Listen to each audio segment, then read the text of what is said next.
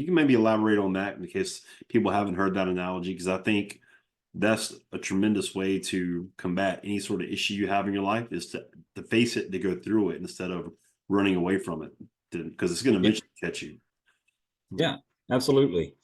So in April of last year, in 2024, we had a tornado blow through our farm. And it was, it was a very chaotic, maybe 3 minutes. I mean, could hardly see anything through the back door window. Um, but I recall at one point in time just looking out our back pasture, and I could see the two cows standing in the pasture, and they were walking backwards into the wind. Um, and so it led me to, it was just a memory, a mental image that I couldn't stop remembering. And so it led me to research how do herds of cows react in like storms and tornadoes and blizzards. And so I learned that cow herds, like out in the Midwest, in a storm, will often try to outrun a storm.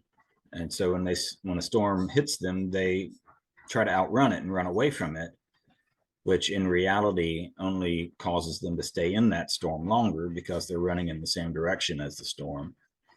And I learned that buffalo, who are native to that area, over time learned that you don't run away from the storm, you run toward the storm and run into the storm, because if you run into the storm, you get out of the storm faster.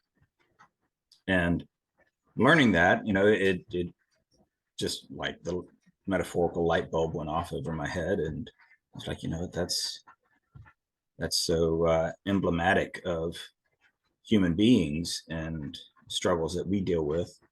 Of the longer you try to run away from a problem, or try to run away from a memory or from a hurt, a hang up, the longer you're going to stay stuck with it, and you stay stuck in it.